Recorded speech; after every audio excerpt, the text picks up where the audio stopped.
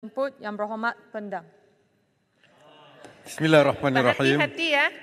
Alhamdulillahirabbil alamin wassalatu wassalamu ala asyrafil anbiya'i wal mursalin wa ala alihi washabihi ajma'in. Huwallazi khalaqakum min tinin tsumma qada ajala wa ajalun musamman indahu tsumma antum tamtarun. Wa huwallahu fis samawati wa fil ardi ya'lamu sirrakum wa jahrakum wa ya'lamu ma taksibun. Dialah yang menciptakan kamu dari tanah, kemudian ia tentukan ajal kematian kamu, dan satu ajal lagi yang tertentu di sisinya, iaitu masa yang telah ditetapkan untuk dibangkitkan kamu semula pada hari kiamat. Dan pada itu, kamu masih ragu-ragu tentang hari pembalasan. Dan dialah Allah yang disembah dan diakui kekuasaannya di langit dan di bumi. Ia mengetahui apa yang kamu rahsiakan dan apa yang kamu lahirkan, dan ia juga mengetahui apa yang kamu usahakan. Jadi saya ingin mengucapkan terima kasih kepada Yang Amat Berhormat Tambun di atas pembentangan bajet pada 2023 Jumaat yang lalu. Saya membuat run-through dengan izin terhadap pembentangan bajet 2023 ini dan mendapati tidak banyak perubahan jika dibandingkan dengan bajet 2022 selain terdapat copy paste. Dalam pembentangan bajet 2023, Yang Amat Berhormat Tambun mengumumkan bahawa subsidi dikurangkan kepada 64 bilion daripada 70 bilion. Oleh itu, saya ingin mendapatkan penjelasan sektor mana yang terjejas akibat pengurangan subsidi dan apakah langkah yang diambil oleh kerajaan dalam menangani masalah yang dihadapi oleh sektor berkenaan. Mungkin sektor isi rumah yang terkesan teruk hasil daripada penarikan balik subsidi yang diumumkan oleh Yang Berhormat Tambun dalam bajet yang lalu. Saya juga ingin mendapat penjelasan berkaitan gaji minimum daripada pihak kerajaan. Apakah rasional? Apakah rasionalnya penguatkuasaan? Apakah rasional daripada pihak kerajaan yang mana gaji minimum 1,500 bagi perusahaan mikro kecil sederhana ditunda lagi sehingga Julai 2023 yang sepatutnya dilaksanakan pada 1 Januari 2023. Saya nak tahu apa relevannya, apa alasannya. Sebab dengan keadaan kritikal sekarang menghadapi pasca COVID-19 ini, kita melihat semua sektor, terutamanya mereka yang berpendapatan rendah, terkesan benar. Tapi apabila kerajaan menangguhkan pelaksanaan gaji 1,500 ini akan memberi kesan kepada semua sektor ekonomi cycle ini, iaitu makroekonomi cycle. Bagaimanakah kita mahu memperkasakan ekonomi golongan B40 sekiranya pelaksanaannya ini ditangguh? Memandangkan kebanyakan projek pekerja sektor PMKS ini adalah yang pendapatan sederhana B40.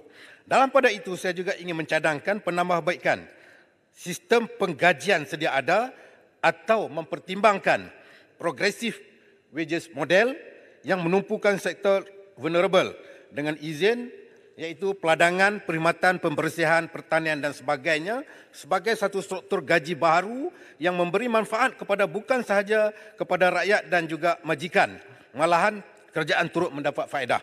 Di segi segmentasi gaji-gaji yang telah kita tetapkan ini, mungkin daripada sini boleh mendapat hasil baru negara ataupun revenue negara yang mana sektor-sektor penggajian ini bila disusun semula dan juga gaji minimum 1,500 ini dilaksanakan. Datuk Yang di-Pertua, Puan Yang di-Pertua, dalam pembentangan bajet 2023 tempoh hari tiada penekanan khusus disebut berkaitan dengan sistem pendidikan TVET, meskipun ia merupakan perkara yang cukup penting. Oleh yang demikian, saya mencadangkan agar dasar pendidikan TVET ini perlu diletakkan di bawah kementerian atau agensi khas, memandangkan ia sangat penting dalam aspek pembangunan negara. Sehubungan dengan itu, usaha yang perlu dipertingkatkan adalah dengan meningkatkan lebih banyak penghasilan pekerja mahir dan separuh mahir serta penekanan pembangunan pendidikan latihan teknikal dan vokasional ini. Melalui pendekatan ini, kita dapat membentuk generasi baru sumber manusia yang lebih berkemahiran daripada apa yang kita miliki ketika ini. Sekaligus bakal melahirkan lebih banyak syarikat-syarikat yang berteraskan teknologi tinggi. Ingin saya tekankan di sini, TVET bukan lagi pilihan kedua, malahan ia perlu diangkat seiring dengan pengajian akademik arus perdana. Puan Yang di-Pertua, galakkan yang perlu diberikan kepada pihak majikan menerusi insentif-insentif menarik bagi memperkasakan dan memacukan lagi agensi penyelidikan dan pembangunan R&D. Saya yakin apabila kesemua asas kepada talian ini sudah dibina oleh kerajaan, insya-Allah kita boleh melangkah ke hadapan untuk muncul sebagai negara pengeluar kepada produk yang berteknologi tinggi serta inovatif. Datuk Yang di-Pertua, saya ingin menyentuh sedikit mengenai hal berkenaan pembangunan projek KSP di Negeri Kedah. Untuk makluman semua, projek ini dibangunkan oleh inisiatif Private Finance Initiative, iaitu PFI, tidak menggunakan sekupang haram pun duit kerajaan pusat. Cuma kita meminta kelulusan daripada peringkat pusat di segi federalisation. Federal persekutuan dengan negeri ini perlu mendapat kelulusan daripada pusat untuk kita menaikkan. Apa salahnya kalau diluluskan ini memberi kesan yang banyak kepada Kedah, Pulau Pinang, Perak dan juga Perlis bila PFI ini dibangunkan tidak menggunakan duit kerajaan pusat ini. Puan Yang di-Pertua, saya memohon agar perhatian diberikan segera terhadap pembangunan Hospital Pendang. Kebetulan pengarah hospital Menteri Kesihatan ada di sini. Saya mendapat maklum balas apabila hospital terbabit yang beroperasi sekarang berdepan masalah kekurangan kaki tangan peralatan perubatan sepenuhnya. Saya dipahamkan jumlah keseluruhan pejawatan adalah 933, tetapi hingga kini hanya 20% perjawatan diisi. Jawatan yang kritikal adalah pegawai perubatan, paramedik, pegawai perubatan dan juga jururawat, pembantu farmasi, juru teknologi makmal, juru X-ray dan pentadbiran. Oleh kerana itu, beberapa jabatan utama tidak dapat menjalankan operasi sepenuhnya sebagai contoh jabatan kecemasan yang hanya mampu beroperasi sebanyak 70% saja kerana kekurangan staf dan limitasi makmal meskipun beroperasi 24 jam. Puan Yang di-Pertua, saya ingin menyentuh berkenaan dengan freedom of speech, kebebasan bersuara yang kononnya diperjuangkan sebelum ini oleh Yang Berhormat Tambun. Tetapi apa terjadi hari ini sebaliknya? Apakah erti kebebasan untuk bersuara dilaungkan jika diikuti dengan LOD ataupun surat saman? Saya kena cakap benar. Bila saya keluar daripada Dewan, LOD menanti saya. Jadi ingat, WB semua, LOD juga menanti kamu. Jadi oleh sebab itu, kita terus bercakap berkenaan dengan freedom of speech ini dengan izin. Teguran dan kritikan sepenuhnya perlu diterima dengan hati terbuka dan berlapang dada kerana ia menunjukkan satu kerajaan yang berjiwa besar. Kerana di sebelah sana saya tahu banyak pengampu dan bodek. Jadi kamilah yang akan menegur. Kalau ini tidak boleh diterima oleh Perdana Menteri sekarang ini, maka Perdana Menteri hanya ada seorang saja terdedah kepada kritik dan juga teguran. Jadi kalau tidak boleh diterima, kita nampak Perdana Menteri ini sangat berjiwa kecil walaupun mereka duduk saya tak bagi. Tak bagi? Orang baru ni, tak bagi? Tak apa, duduk. Jadi kita melihat apakah ini yang akan disalurkan, tidak boleh menerima kritikan. Sangat halus jiwanya, cepat koyak. Jadi kita harap benda ini bila kita tegur manusia biasa, Pendang. dia penuh kelemahan. Pendang sikit dia boleh? perlu di... Pendang. tak apa, duduk. Pendang. Saya tak ada masa ni. Ada 3 minit lagi. Pendang. Okey, baik. Pendang. Apa duduk ingat. Pendang. Ya, baik. Oleh itu saya pernah dilakukan oleh dan apabila mengkritik Presiden Yang Berhormat Tambun pernah mengkritik Presiden PAS dengan mengatakan berjubah berserban tapi fitnah. Akhirnya apa yang dikatakan itu benar belaka setelah cium mulut antara UMNO dengan PH ini. Saya risau sekiranya nanti rakyat kenang Yang Amat Berhormat Tambun sebagai Perdana Menteri, bapa sama negara. Kerana mengamalkan budaya fear mongering dengan izin. Menakutkan orang yang menegur. Kalau dia boleh ditegur, mengapa kita tak boleh? Saya gusar nanti Yang Amat Berhormat Perdana Menteri takut dengan bayang-bayang sendiri sekiranya terus berlarutan. Sekian, terima kasih. Saya nak sambung lagi satu. Dengan Pada Bunta boleh. sedikit tentang teguran. Berkenaan dengan Dan kebebasan bersuara, kesiapsagaan Pendang. aset laut sangat penting. Pendang. Di mana LCS Pendang, yang Sungai dijangka Petani tak siap laluan pada sikit. tahun Kawan sendiri pun tak bagi ke lagi Pendang? saya bagi. Pada Bunta pun tak bagi. Sungai Saya Petani ada tak 3 laluan minit sikit. Pada Bunta duduk, Pada Bunta. Oh, Pada Bunta dapat pula. Pandai-pandai lah nak minta. Ulu Tak Langat bagi. pun kawan juga. Hulu Langat. Langat garang. Okey, saya nak tanya apa dengan Pada Bunta. Kalau Yang Berhormat Tambun boleh menyaman seorang ahli politik kerana isu fitnah kononnya. Tapi dalam masa yang sama tak berani menyaman seorang lagi pengampu paling hebat di dunia sehingga memfitnah Yang Berhormat Tambun, LGBT dan sanggup bermubahalah. Begitulah. Ya, saya tak nak sebut nama. Jadi mengapa sampai sekarang kita tak dengar pun Yang Berhormat Tambun menyaman individu tersebut yang memburukkan ya peribadi Yang Berhormat Tambun. Terima kasih. Siapa, Razman ke? Terima kasih. Masuk satu lagi dalam bahagian ucapan saya, sebahagian daripada ucapan saya. Saya cuma nak bangkitkan berkenaan dengan LCS ini. SPRM telah maklumkan siasatan LCS dah lengkap. Bilakah SPRM akan mendakwa mereka-mereka yang didapati punca skandal LCS ini terjadi? Tambahan lagi, komitmen berkala TLDM dalam berkenaan dengan hak kedaulatan manusia Malaysia, terutama di zon maritim Malaysia. Persoalan tambahan adalah dengan status terkini kapal LCS yang dijangka siap pada tahun 2026 sebagaimana jawapan lisan YB Rembau, apakah aset sedia ada TLDM mencukupi untuk menjaga kawasan maritim Malaysia? Saya ingin tahu, adakah pihak kementerian mendapat bajet bagi memulakan perolehan kapal Literal Mission Ship ataupun LMS Batch 2, batch yang kedua yang baru bagi memenuhi keperluan TLDM pada tahun ini. Sila Ulu Langat, saya ada masalah lagi. Dah naik lupa pun nak tanya tadi gitu kan. Tapi saya sebut ginilah, saya rasa, yelah kalau nak saman biar dia saman lah. Dia kritik tak ada masalah. Tapi pada saya, fitnah, pendang. Soal fitnah ni kita rasa kita pun tak setuju lah. Fitnah ni kita tak setuju kan. Tapi kalau nak kritik, nak tibai, nak bantai tak ada masalah. Fitnah tak boleh. Apa pandangan pendang? Okey, terima kasih. Memang kita pun tak setuju dengan fitnah. Tetapi apa yang kita kata ini berdasarkan keluhan, gelisah. Saya dah print lah berapa banyak ucapan-ucapan yang amat berhormat Perdana Menteri Tambun ini. Saya ada banyak alasan saya sekarang yang saya akan bentangkan sekiranya dibawa ke bedah mahkamah. Jadi saya bukan fitnah. Ini adalah saya sebagai seorang ahli parlimen membangkitkan resah gelisah rakyat berkenaan dengan apa yang berlaku sekarang ini. Pendang, kalau benda tak betul, saya bersama dengan pendang di mahkamah. Okey, kalau benda tak betul, kita sama-sama berjuang dengan pendang. Ya, terima kasih. Bawa benda tu ke mahkamah, kita tengok. Biar mahkamah yang putuskan. Biar lain undang-undang main peranan dia. Saya akan bersama dengan pendang kalau benda tu tak betul. Terima kasih. Terima kasih sahabat saya daripada Langat. Kenapa? Saya sudah print, saya sudah sediakan semua yang menghujahkan saya bahawa Perdana Menteri ini berdendam.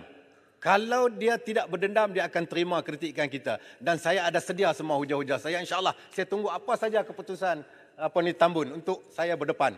Pendang. Bila tidak, saya kalau tak betul, saya tidak Sila akan dulu. bercakap. InsyaAllah. Terima kasih Langat kerana kita memperjuangkan benda-benda yang benar. Sekian, wabillahi taufiq hidayah. Assalamualaikum warahmatullahi wabarakatuh. Terima kasih Yang Berhormat Pendang. Seterusnya saya jemput Yang Berhormat Titi Wansa. 20 minit. 12. Datuk Yang Bertuah, Alhamdulillah saya diberikan kesempatan dan kemudahan untuk berbahas menyentuh soal-soal realiti ekonomi semasa termasuk setakat mana sebenarnya pertumbuhan ekonomi negara yang telah memberi limpahan dan keperluan rakyat dan negara. Yang sudah tentu ramai menaruh harapan tinggi terhadap pembentangan belanjawan 2023 oleh Yang Amat Berhormat Perdana Menteri selaku Menteri Kewangan pada Jumaat yang lalu.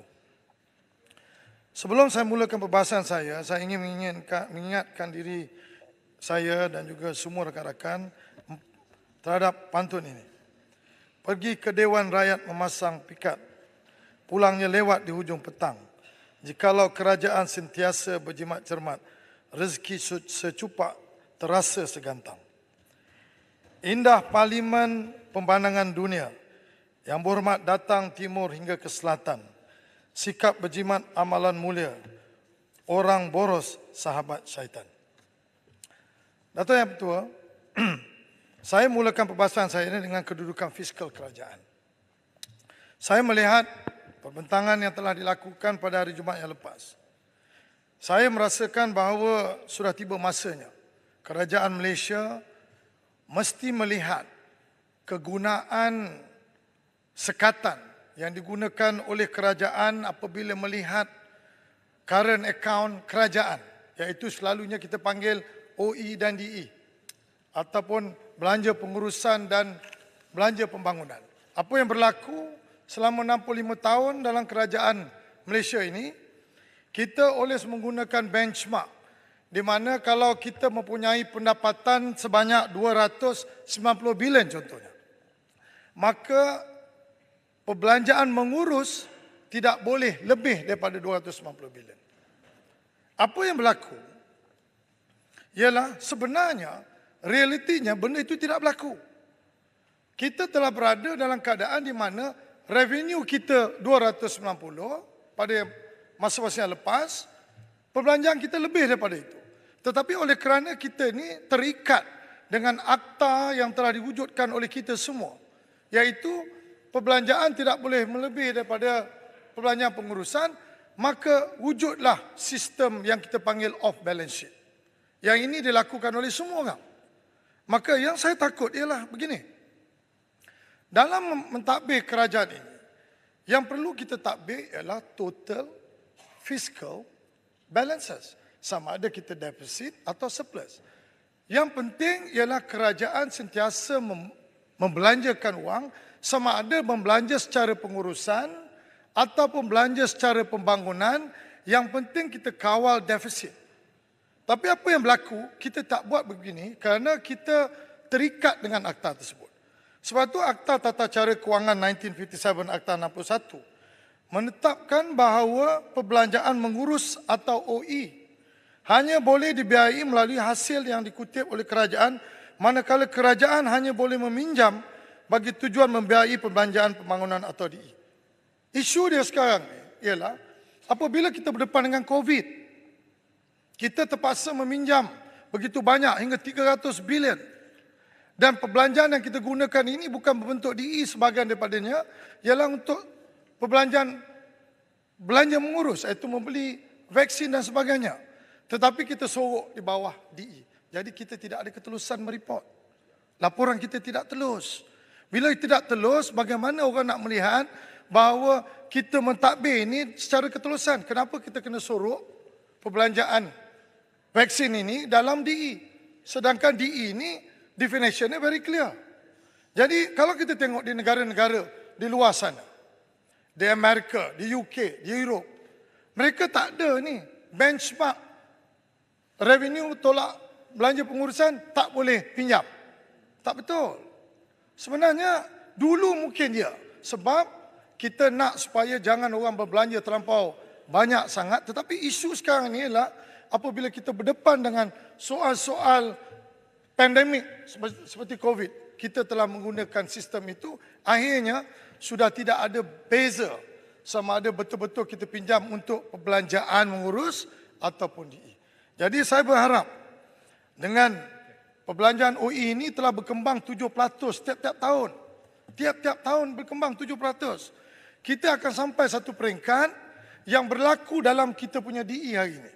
Kita ikat hutang kerajaan tidak boleh melebihi 55% daripada kita punya GDP. Tapi akhirnya hari ini kita telah buka 55 sampai 65%. Sebab kita tak ada self-regulated policy yang kita buat secara total. Kita split di antara OE dan DE. Saya minta bahawa kerajaan melihat benda ini kerana dia lebih telus dan terbuka.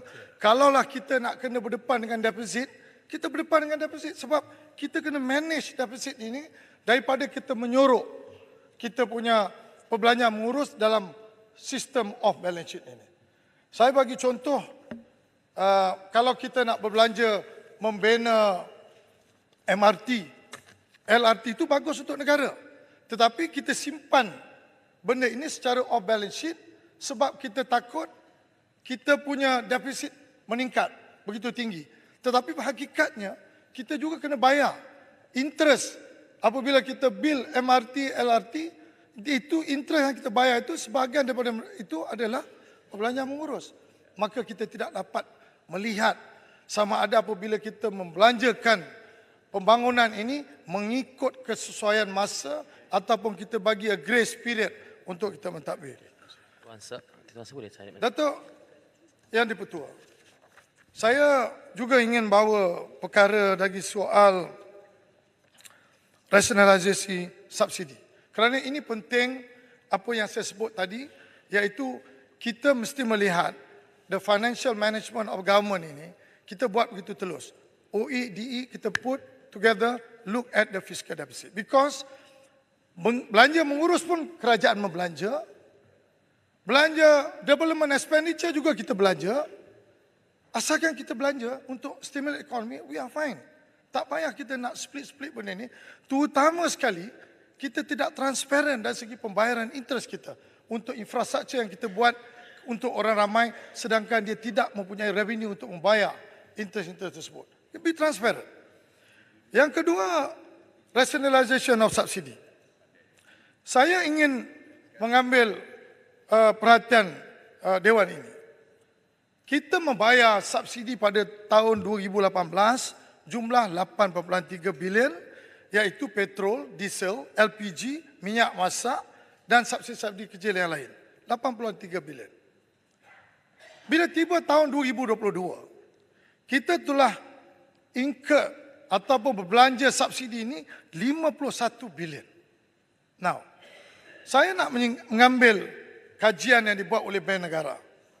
Bank Negara mengatakan bahawa kumpulan isi rumah yang berpendapatan bawah dalam kategori B40 ini ataupun 1,300, dimension dalam statistik itu 1,300, hanya mendapat faedah subsidi ini hanya 4%.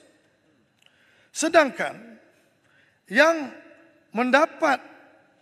mempunyai pendapatan 12,000 ke atas, 12,500 ke atas, mendapat faedah subsidi ini 42%. Jadi sudah tentu apa yang saya nak tekankan ialah subsidi bersasar ini kita sudah tidak boleh tangguh.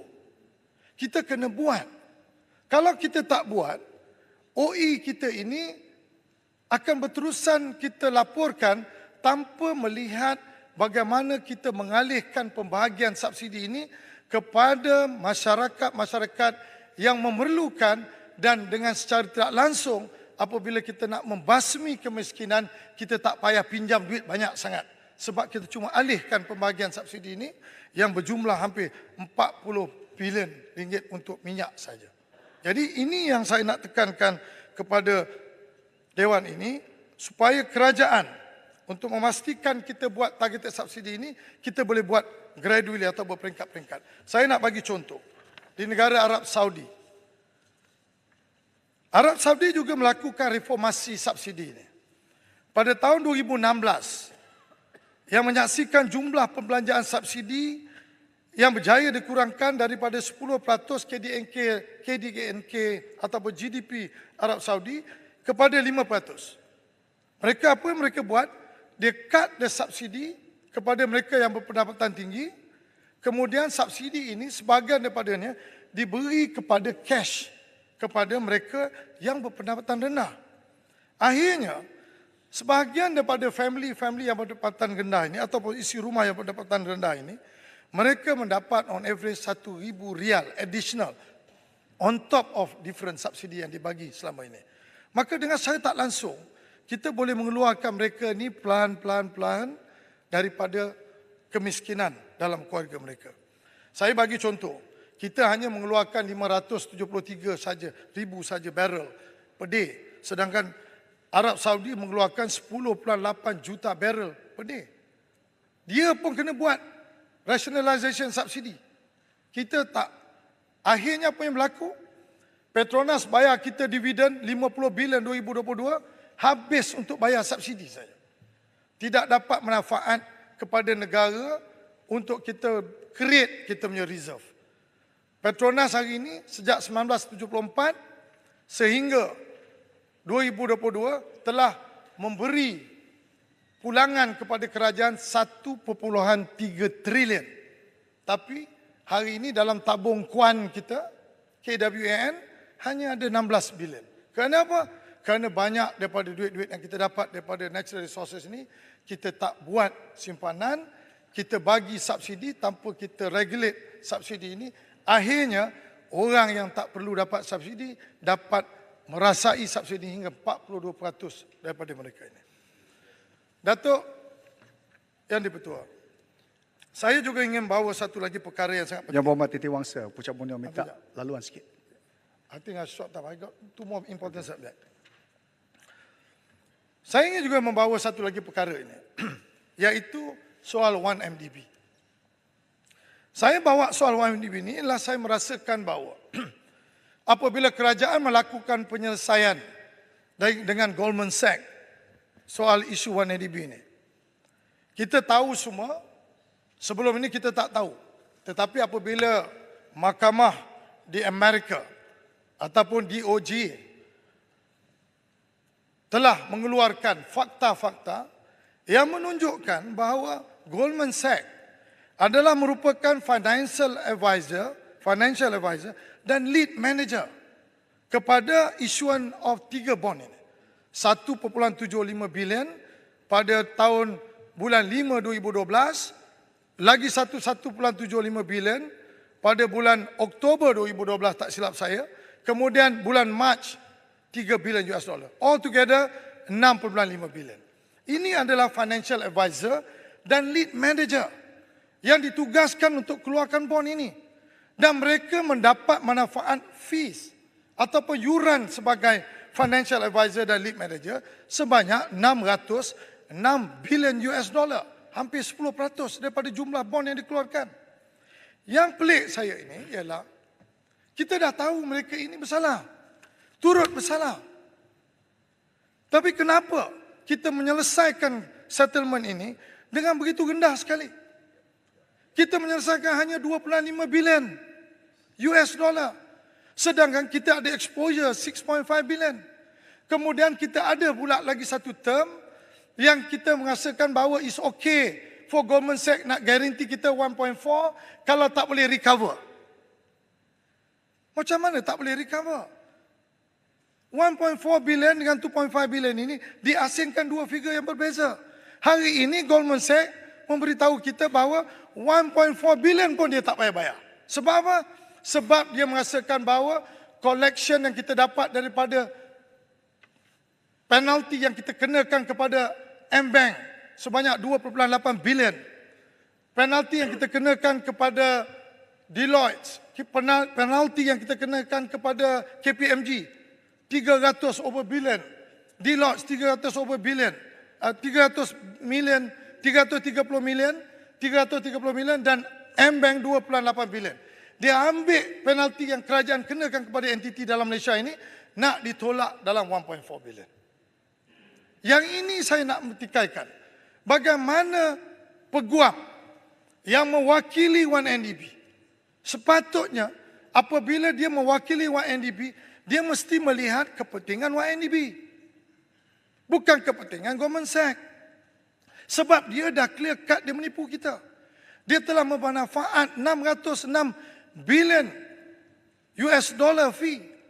Macam mana kita allow Goldman Sachs just to run away like that?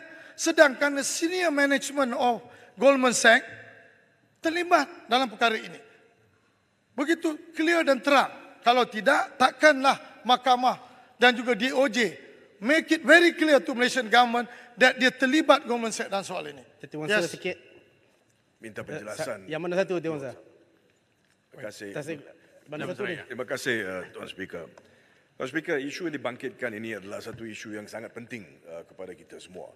Kes 1MDB telah pun menjadi satu kes yang menjadi rujukan bukan sahaja kita di Malaysia tapi seluruh dunia berkaitan dengan dua perkara. Satu, kesalahan yang berlaku dari sudut jenayah dan kita juga ada apa yang disebut sebagai sudut sivil di mana kita ini harus lihat kepada bagaimana kita dapat balik wang yang kononnya telah pun diambil atau dikeluarkan semasa berlaku masalah ini. Apa yang saya dengar, Tuan Speaker, adalah bahawa walaupun exposure kita ataupun apa yang kita lihat sebagai kehilangan kita 6.5 bilion, tetapi perjanjian yang diadakan, yang telah dimeteraikan kononnya hanya untuk kita mendapat balik 2.5 bilion. Saya rasa ini satu perkara yang cukup penting kerana kita kena tahu secara terbuka, transparan, apakah yang sebenarnya berlaku. Kenapa daripada jumlah yang sebesar itu dan jumlah 6.5 bilion itu, saya minta Titi Wangsa untuk memberi pengesahan dan pencerahan perkara itu. 6.5 bilion itu, masa itu, Kalau kita lihat campur apa yang disebut sebagai faedah dan sebagainya, jumlah dia lebih besar, mungkin dekat 9 atau 10 bilion. Jadi daripada jumlah besar itu, bagaimana kita ini boleh selesaikan dengan menggunakan rujuk kepada jumlah 2.5 bilion. Ini satu perkara yang saya rasa perlu dijelaskan dengan baik, kerana kita kena tahu, ini bukan soal 1 juta 2. Ini soal berbilion-bilion ini. Dan juga berkaitan dengan satu perkara yang diketahui umum. Seluruh dunia berbincang perkara ini. Saya minta sekiranya Titi Wangsa boleh menjelaskan perkara ini.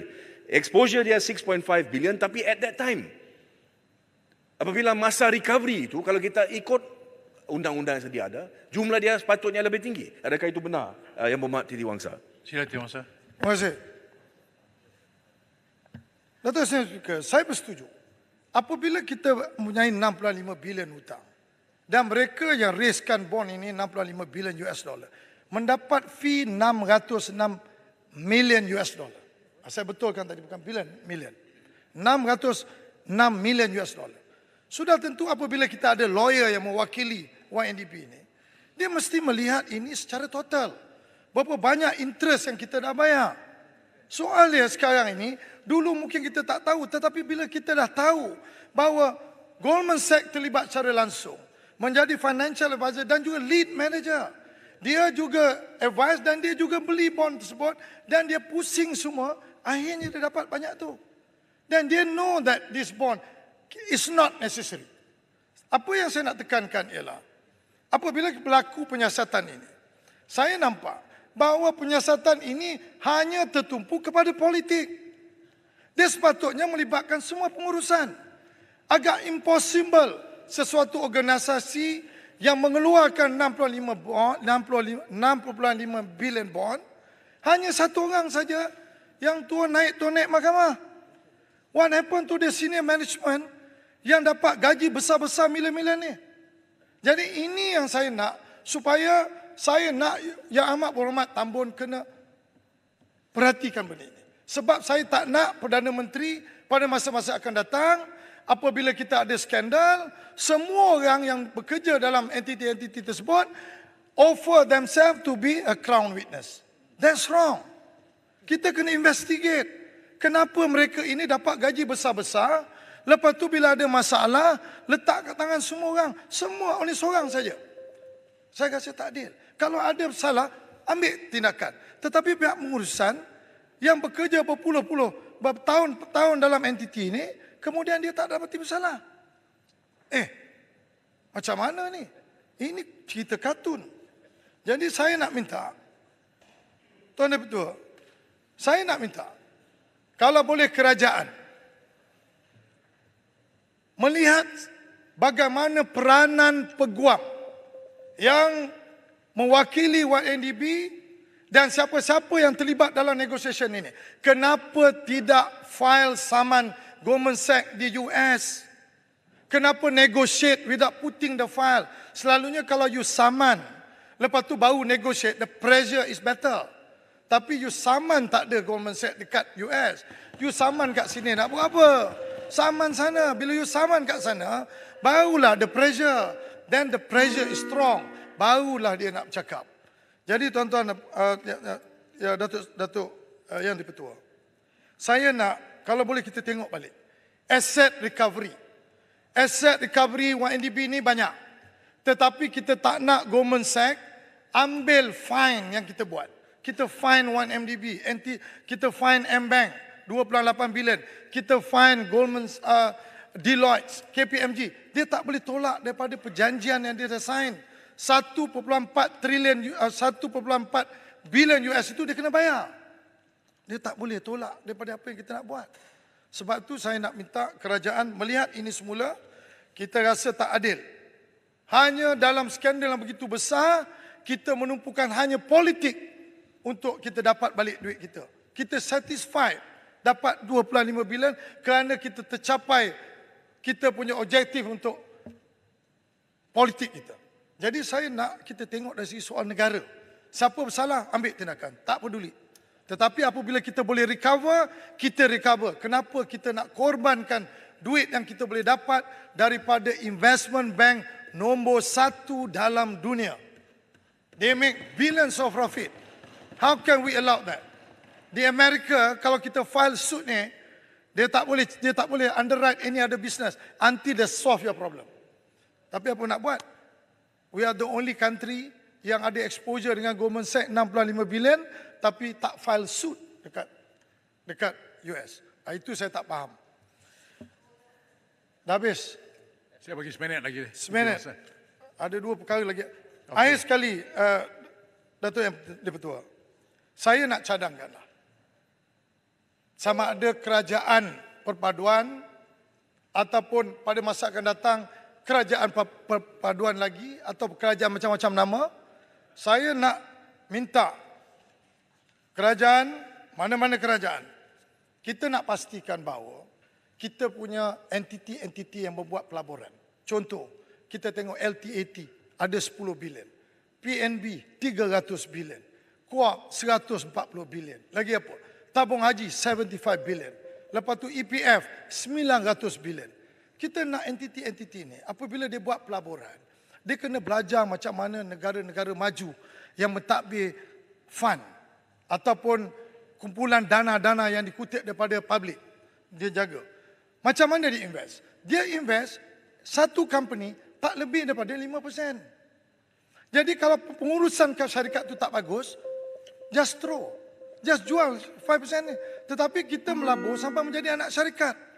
Sampai kedudukan persentage yang kita own syarikat-syarikat itu mencecah 40-50%. Jadi bila ada masalah pengurusan, maka kita terlibat sama untuk menjamin. Jadi kita tak boleh buat macam tu pasal kita pelaburan. Kita invest 5%.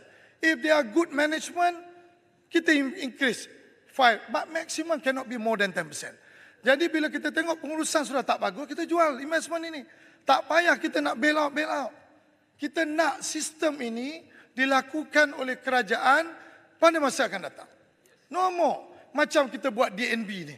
DNB untuk 5G. Sepatutnya tak payah. Kita lantik saja TM. Telekom Malaysia dah ada. Dia ada almost control 80% of the fiber. Kenapa nak set up satu lagi entiti macam DNB ni untuk buat apa? Telekom dah ada. You bagi saja kat Telekom, dia know what to do. Sebab masalah ni kita tak percaya dengan Telekom. Lepas tu kita create another entity. Lepas tu kita start all over again. Overhead satu tahun saja dah 300-400 juta. Hari ini di Thailand buat 5G ni tak ada langsung terlibat kerajaan, semua private buat. Akhir sekarang ni dah 80-90% coverage. Kita terkial-kial, tak tahu 50% pun tak sampai lagi. And not only that, Datuk Yang Di-Pertua, 16.5 bilion akan digaranti oleh kerajaan. Pasal kita nak buat benda ni. Sebab tu saya nak minta supaya kerajaan melihat balik semula. It's not too late. TM is already there. Dia buat all this fiber. Nak buat 5G ni kena ada good extensive fiber coverage. Bagi. Then we solve the problem.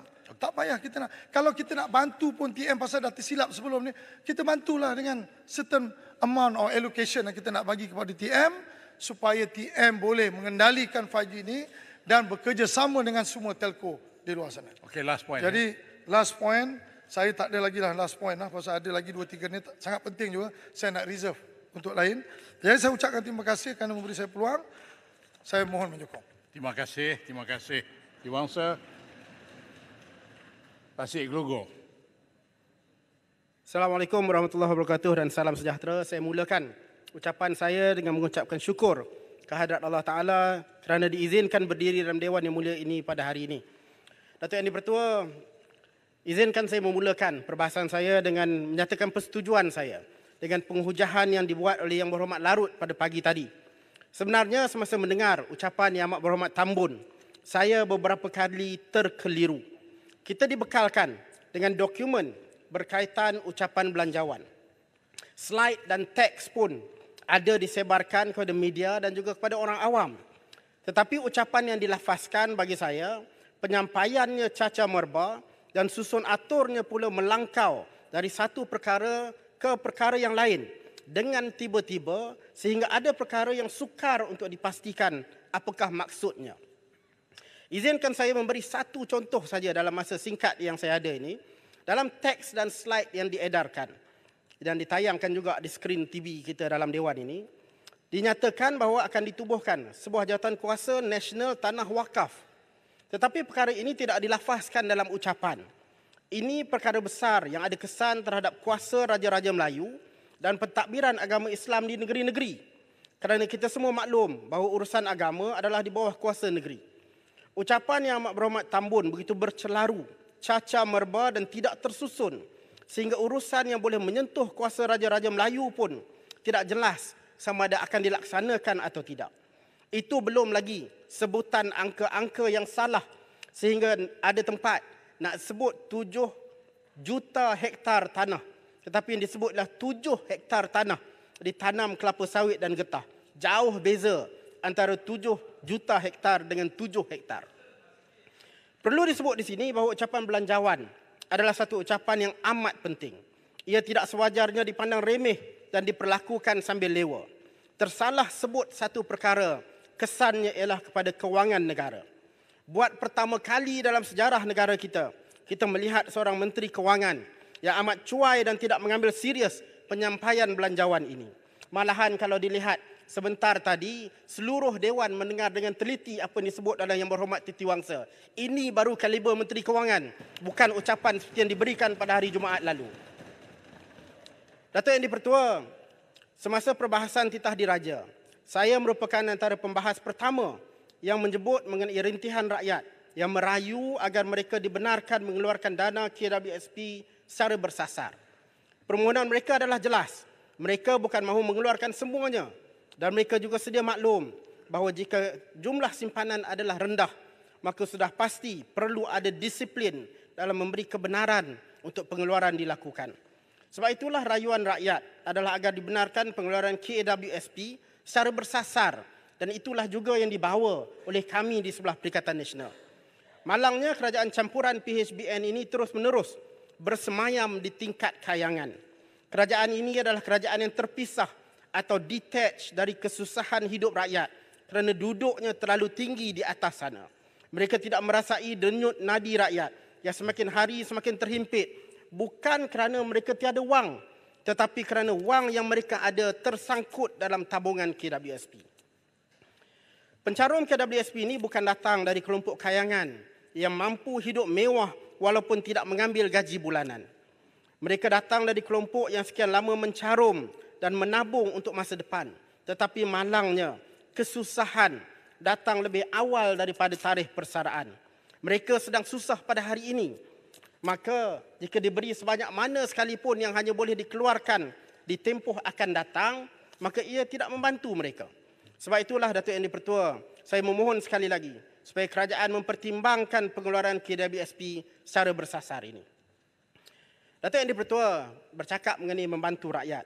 Saya ingin mengambil peluang menyampaikan permintaan khusus daripada warga Tasik Gelugor. Saya bertemu dengan persatuan-persatuan nelayan di Tasik Gelugor. Dan ada juga persatuan nelayan dari Kepala Batas. Saya buat pertemuan sekali dengan Yang Berhormat Kepala Batas. Betulkan saya jika saya salah, tetapi seingat saya Yang Amat Berhormat Tambun tidak memberi penekanan khusus kepada isu nelayan dalam ucapan beliau. Saya memohon supaya dipertimbangkan kenaikan allowance bantuan bulanan bagi nelayan laut dan nelayan sungai daripada jumlah sedia ada kepada RM500 sebulan. Begitu juga saya bertemu dengan kelompok-kelompok tani yang terdiri daripada pesawah di Tasik Gelugor. Sudah pasti saya bersyukur dengan beberapa peruntukan yang diumumkan untuk manfaat pada pesawah padi, termasuklah di tempat saya. Cuma saya tercari-cari di mana penjelasan mengenai langkah-langkah yang akan diambil oleh kerajaan untuk menangani lonjakan harga bahan-bahan input dalam penanaman padi. Kita memerlukan tindakan yang lebih tuntas untuk memastikan pesawah kita tidak terus-menerus terbeban akibat kegagalan kerajaan menangani kenaikan kos yang mendadak. Dan secara khusus untuk Tasik Gelugor, saya mohon agar diperuntukkan sejumlah wang yang mencukupi untuk membolehkan penyelesaian masalah pencemaran Sungai Kerih. Pada awal tahun 2021, beberapa NGO telah mewar-warkan satu hasil kajian oleh sebuah makmal bebas dan ia mengesahkan bahawa pencemaran Sungai Kerih adalah berpunca daripada aktiviti penternakan babi di Kampung Selamat. Pencemaran ini bukan saja memberi kesan negatif pada sawah padi di kawasan sekitar, tapi ia juga menyebabkan nelayan sungai hilang sumber pendapatan. Kerajaan Pulau Pinang, pimpinan DAP yang dibanggakan oleh Yang Berhormat Bagan tadi, tidak serius dalam menangani masalah yang terhasil daripada ladang babi ini. Maka saya mohon Kerajaan Persekutuan memberikan perhatian yang lebih serius atas kegagalan Kerajaan Pulau Pinang ini. Saya juga gembira apabila Yang Amat Berhormat Tambun menyebut bahawa ada peruntukan khusus disediakan untuk menyelenggara dan menaik taraf jalan raya. Saya mohon diberi perhatian kepada beberapa lokasi di Tasik Gelugor seperti di Sungai Dua, Permatang Berangan, Teluk Air Tawar dan Sungai Lokan yang amat memerlukan perhatian segera. Datuk Yang di-Pertua, saya juga ingin mengucapkan syabas kepada Yang Amat Berhormat Tambun kerana meneruskan projek Jalinan Digital Negara, Jendela, yang telah dimulakan oleh Kerajaan Perikatan Nasional. Tetapi saya melihat sebenarnya Yang Amat Berhormat Tambun menyalin bulat-bulat apa yang diumumkan oleh kerajaan terdahulu. Kita tak perlu pergi jauh lah. Cukup sekadar kita telusuri ucapan Yang Berhormat Kuala Selangor pula dah. Kuala Selangor sana, minta maaf. Kuala Selangor yang kalah jadi menteri, Kuala Selangor yang menang duduk kat situ. Kalau kita telusuri ucapan Yang Berhormat Menteri Kewangan sebelum ini, yang dibacakan oleh Yang Berhormat Tengku Zafrul, Belanjawan 2023. Saya baca petikan ucapan tersebut. Bagi tahun ini petikannya. Bagi tahun 2023, inisiatif Jendela akan disediakan 700 juta ringgit untuk melaksanakan ketersambungan digital di 47 kawasan perindustrian dan hampir 3,700 buah sekolah. Sekarang saya bacakan pula petikan teks Yang Amat Berhormat Tambun Jumaat lepas. Ini petikannya. Bagi tahun 2023, 725 juta ringgit, naik 25 juta, disediakan bagi melaksanakan ketersambungan digital di 47 kawasan perindustrian dan hampir 3,700 buah sekolah juga. Tahniah Yang Amat Berhormat Tambun kerana berjaya copy-paste ucapan Yang Berhormat Tengku Zafrul dalam menyatakan komitmen untuk meneruskan program Jendela yang dimulakan oleh Perikatan Nasional. Cuma sedikit nasihat saya kepada sesiapa yang menulis ucapan Yang Amat Berhormat Tambun ini, kalau nak ciplak sekalipun, usahalah sikit untuk ubah beberapa perkataan. Jangan bagi satu dunia tahu bos kamu tak ada idea yang baru. Bagaimanapun, Datuk Yang di-Pertua, saya kesal kerana ada percubaan Yang Amat Berhormat Tambun yang kelihatan seolah-olah nak mengelirukan Dewan. Yang Amat Berhormat Tambun pada hari Jumaat lepas menyatakan MDEC memperluas penganjuran program Digital AgTech untuk melatih lebih ramai pekebun kecil beradaptasi dengan teknologi. Inisiatif ini dianggarkan dapat memanfaatkan 100 pertubuhan peladang kawasan seluruh negara dengan peruntukan 10 juta ringgit. Itu petikan daripada Jumaat lalu. Saya katakan bahawa ini mungkin percubaan mengelirukan Dewan kerana Yang Amat Berhormat Tambun memberi gambaran seolah-olah mahu memperluas penganjuran program Digital AgTech. Izinkan saya petik ucapan Belanjawan 2023 yang dibentangkan pada Oktober lalu. Menteri Kewangan pada waktu itu mengatakan, saya petik, program Digital AgTech di bawah MDEC akan diperluas ke 264 pertubuhan peladang kawasan di seluruh negara dengan peruntukan 20 juta ringgit bagi melatih lebih ramai pekebun kecil beradaptasi dengan teknologi digital. Dikopi juga ayatnya, tapi apa maksudnya? Maksudnya, Oktober lepas diumumkan 20 juta, tapi Tambun mengatakan diperluaskan, tapi peruntukannya hanyalah 10 juta untuk 100 pertubuhan peladang. Ayat diciplak tapi angka dikurangkan. Kita tak tahu berapa lagi ciplakan yang ada dalam Belanjawan 2023 ini. Sebagai penutup, Tuan Yang di-Pertua, saya nak sentuh sikit saja. Tadi mengenai angka-angka, kali ini saya nak sentuh mengenai falsafah di sebalik Belanjawan ini. Saya nak sentuh sikit mengenai intonasi retorik yang digunakan oleh Yang Amat Berhormat Tambun.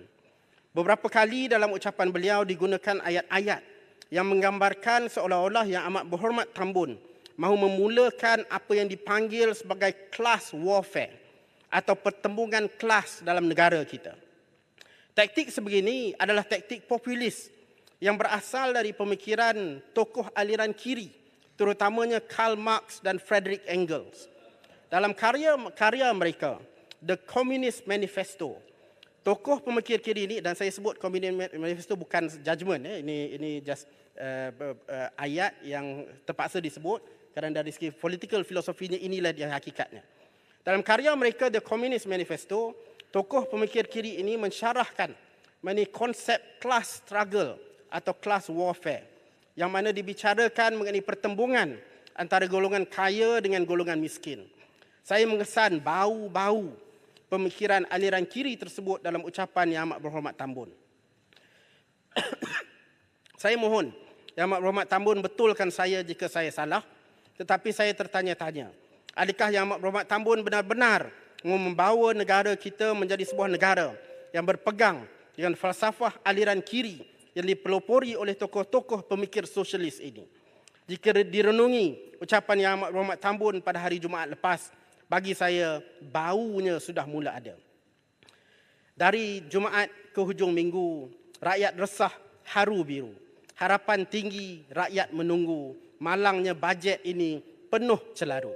Dengan itu, Datuk Yang Dipertua, terima kasih. Assalamualaikum warahmatullahi wabarakatuh. Terima kasih. Saya jemput Subang. Terima kasih Tuan Speaker kerana memberi peluang kepada saya untuk membahas Belanjawan 2023. YAB Menteri Kewangan telah menyampaikan satu ucapan belanjawan yang bukan sahaja memberi satu senarai goodies, yang biasanya senarai goodies saja, tetapi yang lebih penting, berani memberi gambaran jujur berdasarkan fakta bahawa kerajaan baru telah mewarisi hutang negara yang besar dan prestasi tadbir urus yang sangat tidak memuaskan. Angka-angka rasuah dan ketirisan dari subsidi diesel, dari projek tempatan banjir, dari Jana Wibawa yang didedahkan secara berterus terang oleh YAB Menteri Kewangan adalah sangat penting. Untuk Malaysia maju ke hadapan dan mula mengatasi masalah rasuah dan ketirisan, kita perlu mengakui kekurangan kita terlebih dahulu. Selama lebih kurang 2 bulan, saya dan rakan-rakan saya backbenchers di Pakatan Harapan menanti-nantikan hala 7 dasar menentang rasuah dari Kerajaan Perpaduan ini. Oleh demikian, dengan izin, I was pleasantly surprised that it came in the form of a budget speech. Terima kasih pada Yang Berhormat Tambun. Yang Amat Berhormat Tambun, your budget speech has given all reformists in this hall renewed hope that the reformasi agenda is still alive. Tuan Speaker, saya ingin meminta ia direkodkan secara rasmi di Hansard bahawa saya tidak mempunyai apa-apa peranan atau memberi apa-apa input dalam belanjawan ini. Ini penting kerana sejak hari Jumaat lalu, ramai penganalisis bank dan pakar-pakar ekonomi meminta saya menjelaskan perkara-perkara berkaitan dengan belanjawan ini. Penat saya menjawab, saya tidak tahu. Seperti penganalisis yang lain, saya juga mempunyai beberapa soalan pada Yang Amat Berhormat Menteri Kewangan untuk dijawabkan dalam Dewan Yang Mulia ini. Yang pertama ialah tentang isu makro, iaitu disiplin fiskal. Saya faham bahawa proses merangka belanjawan selalunya bermula pada bulan Mac setiap tahun, dan ia mengambil masa kira-kira 6 ke 7 bulan perundingan supaya ia dapat disediakan dan dibentangkan pada bulan Oktober. Baru-baru ini, Parlimen dibubarkan selepas saja bajet 2023 dibentangkan oleh Tengku Zafrul pada Oktober 2022. Oleh itu, ada kemungkinannya pentadbiran Menteri Kewangan tidak mempunyai masa yang mencukupi untuk merombak dan membuat satu belanjawan yang lebih sesuai untuk tahun ini. Oleh itu, kebanyakan komponen bajet, bukan ciplaklah, yang telah dibentangkan oleh kerajaan dahulu masih ada dalam belanjawan ini. Oleh demikian, dari aspek disiplin fiskal, jumlah besar perbelanjaan 388 bilion ini agak berisiko. Oleh itu, saya meminta Yang Amat Berhormat Menteri Kewangan mengambil masa 6 ke 7 bulan yang akan datang ini untuk merangka dengan lebih baik dan mengawal DVEX untuk belanjawan 2024 pada bulan Oktober yang akan datang. DVEX ini perlu dikawal kerana suatu angka yang lebih kepada suatu angka yang lebih munasabah kerana DVEX ini datangnya daripada terbitan bond yang akan menambah hutang negara. Jika kita berterusan menerbitkan bond 90 bilion, 100 bilion setahun, hutang negara hanya akan menjadi lebih besar setiap tahun. Walaupun pada keseluruhannya, kerajaan menjangka penurunan defisit ke 5% KDNK tahun ini berbanding dengan 5.6% KDNK kerajaan lama tahun 2022. Dengan izin, in real money terms, 99 billion of DVEX is still a lot. Mengenai perkara ini, saya gembira mengambil perhatian bahawa Yang Amat Berhormat Menteri Kewangan akan membentangkan satu Fiscal Responsibility Act. Saya harap ia akan diluluskan secepat mungkin dan boleh diguna pakai segera sebelum Belanjawan 2024. Hal ini penting supaya kita semua dalam Dewan ini dan juga di luar Dewan boleh mengambil bahagian dalam usaha menyelesaikan masalah hutan negara yang besar. Tuan Speaker, sekarang saya beralih pada isu kutipan cukai. Saya melihat bahawa kutipan cukai pendapatan korporat adalah jauh lebih tinggi pada tahun 2022 iaitu peningkatan 17.4% dari 82 bilion ke 96 bilion. Adakah ini disebabkan oleh keadaan ekonomi yang semakin baik berbanding dengan 2022? Saya minta penjelasan cepat ya, sebab kerana banyak syarikat-syarikat perlu tahu sama ada kadar cukai akan berubah atau tidak. Jadi penjelasan yang tepat dan cepat mengenai unjuran cukai pendapatan syarikat ini sangat diperlukan. For investors' confidence. Bagi cukai pendapatan individu, saya bersetuju sepenuhnya dengan YAB Menteri Kewangan bahawa cukai pendapatan individu dinaikkan bagi golongan orang kaya dan penurunan cukai 2% bagi golongan middle class. Bagi saya, walaupun impak kepada pendapatan kerajaan cuma naik dari 33.8 bilion ke unjuran 35.3 bilion tahun ini, akibat kadar-kadar baru ini, penurunan penaikan itu, secara prinsipnya, ia perlu dilakukan demi menghantar mesej bahawa kerajaan ini adalah satu kerajaan yang mementingkan pencukaian progresif dan adil. Bahawa golongan kaya harus bayar lebih dan golongan miskin yang susah dan golongan middle class dikurangkan. Yang Berhormat Subang, Pucuk Bonyo minta laluan. Saya meneliti dan dengar ucapan Yang Berhormat Subang, tapi saya setuju bahawa golongan T20 itu harus diberi cukai yang tinggi sebab mereka ini memang mempunyai pendapatan yang tinggi dan perlu memberi sumbangan kepada negara. Tetapi apa yang terjadi adalah di antara golongan M40 itu, di antara M40 dengan T20 itu, in between, these people neither become richer or in the middle. Dia di borderline, tapi dia menanggung bebanan cukai yang 2% tinggi itu. Apakah kesannya terhadap negara kita dan macam mana kita nak perhaluskan golongan ini? Terima kasih. Terima kasih Pucuk Bonyo. Pucuk Bonyo kena lihat dia punya carta dia. Ya, you kena tengok. Kalau kita lihat tentang apa middle class, 0.5%. Ya, jadi dia tidak naik sangat. Bagi saya yang penting ialah bentuk fiskalnya tidak berubah sangat, tapi mesej utama ialah orang kaya kena bayar lebih, progressive taxation, itu yang penting.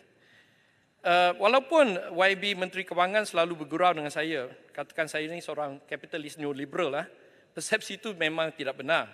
Saya menyokong konsep pencukaian progresif dan secara khususnya, sejak saya, khususnya isu tentang capital gains tax untuk saham, sejak saya menjadi ahli parlimen, ahli keadilan pada tahun 2009. Walaupun memang ramai pemimpin yang lebih senior di Pakatan Harapan menentang the introduction of capital gains tax for shares, I'm absolutely not one of them. I'm not a capitalist or neoliberal, I'm a progressive centrist. Ya. Jadi saya ingin mengucapkan terima kasih dari lubuk hati saya kepada YAB Menteri Kewangan yang telah berani memutuskan pelaksanaan cukai keuntungan modal ini mulai tahun 2024. Tapi Tuan Speaker, saya juga perlu minta penjelasan daripada Menteri Kewangan, kenapakah cukai ini dikenakan pada syarikat sendirian berhad dan bukannya kepada syarikat berhad yang disenaraikan di Bursa Malaysia? Keputusan ini kurang logik dia sebab kalau kita nak menilaikan cukai modal bagi syarikat sendirian berhad, ia jauh lebih rumit dan pendapatan yang cukai yang kita boleh dapat tu jauh lebih kecil dari cukai ke atas jual beli saham syarikat-syarikat berhad. Saya minta penjelasan yang lebih kepada Menteri Kewangan. Kedua-dua reformasi cukai progresif ini penting untuk kita mewujudkan kesaksamaan yang lebih besar untuk semua rakyat Malaysia. Walaupun rakan-rakan saya yang banyaknya apa middle class macam Pucuk Bonyo tadi, ya, dan golongan kaya, mungkin mereka tidak setuju dengan saya. Tapi saya percaya mereka akan menghargai dasar ini apabila jurang ketidaksamaan berkurang dan mereka mendapat manfaat kestabilan sosial politik yang lebih. Dengan izin, greater social equality will translate to greater economic resilience for all. Walaupun dengan pencukaian progresif yang lebih baik ini, perkara yang lebih penting sekarang ialah kerajaan masih perlu membuktikan bahawa ia boleh dan akan menghapuskan rasuah. Kerajaan ini harus memastikan setiap satu wang cukai yang dikutip akan dibelanja dengan bersih dan amanah. Dengan itu saya beralih ke isu seterusnya mengenai usaha pencegahan rasuah. Sikit kalau boleh, Subang. Boleh. Terima kasih. Saya sebentar saja. Belanjawan 2023, ada yang melakukan, salah seorang analis melakukan satu apa yang disebutkan sebagai did a graphic of the income tax changes, minus 2% dan plus 1% itu sebenarnya sangat marginal, sangat tipis ataupun apapun dari sudut keuntungan daripada melakukan polisi seperti ini. Apa pandangan Subang? Memang membawa betul. apa-apa kesan sebenarnya. Memang betul kalau Selangor dia memang marginal, dia increase dia 1 point lebih bilion saja. Ya, jadi dia memang marginal. Tapi isunya ialah tentang message yang kita nak hantar, the equality issue. Isu tentang orang kaya ni di dunia. Progressive taxation ni di dunia barat ni, dunia developed democracy, semua kena bayar lebih lah yang kaya. I don't think this is a issue about Western. Di kita ni Malaysia ni, di Asia pun people understand. Kalau kaya bayar lebih. Ya, yang miskin bayar kurang sikit. Baik, saya nampaknya masa saya 2 minit lagi ya. Tapi banyak muka surat lagi ni. Tak apa, saya akan shortcut my speech yang betul-betul nak ikut saya ni. Saya minta ikutlah di dalam Facebook saya nanti ya. Saya bagi speech yang penuh. Tuan Speaker, saya sebelum jadi ahli parlimen ya, saya merupakan seorang peguam korporat yang banyak berurusan dengan golongan kaya. Saya mempunyai pengalaman lebih kurang 20 tahun berunding dan merundingkan semula kontrak dengan golongan-golongan kaya ni. Tidak pernah saya melihat seorang hartawan seperti Tan Sri Syed Mokhtar yang mengawal monopoli beras sanggup berunding dan menyerahkan balik 30% dari keuntungan monopoli beras import dalam masa yang sangat singkat. Apabila YAB Menteri Kewangan mula-mula umumkan 2 bulan lalu bahawa Tan Sri Syed Mokhtar akan membayar 60 juta setahun kepada pesawat padi, pendapat awal saya pada ketika itu adalah bayaran ini memang tidak mencukupi. Kini dengan pengumuman baru bahawa pembayaran 30% ke atas keuntungan bersih import beras ini adalah satu penambahan baik yang betul-betul efektif bagi saya. Yang Amat Berhormat Menteri Kewangan, you have a very bright future if you choose to become a corporate lawyer specializing in contract renegotiation. Joking aside, saya ingin minta penjelasan untuk mengetahui cara 30% keuntungan ini akan dibayar dan kepada siapa. Tuan Speaker, saya ingin mencadangkan supaya kita memantapkan pembayaran ini dengan cara pemberian 30% saham kepada satu badan amanah untuk menjaga kebajikan pesawat padi. Pembayaran ini tidak boleh menjadi satu perkara one-off saja. Saya juga mencadangkan penghapusan monopoli ini dengan membenarkan persaingan terbuka untuk sektor beras import ini, supaya pada jangka masa panjang keselamatan makanan negara lebih terjamin.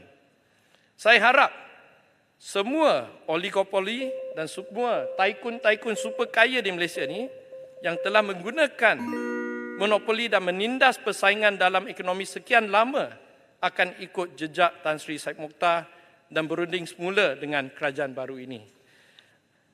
Masa saya dah habis, Tuan Speaker, saya gulung sajalah. Ya. Silakan.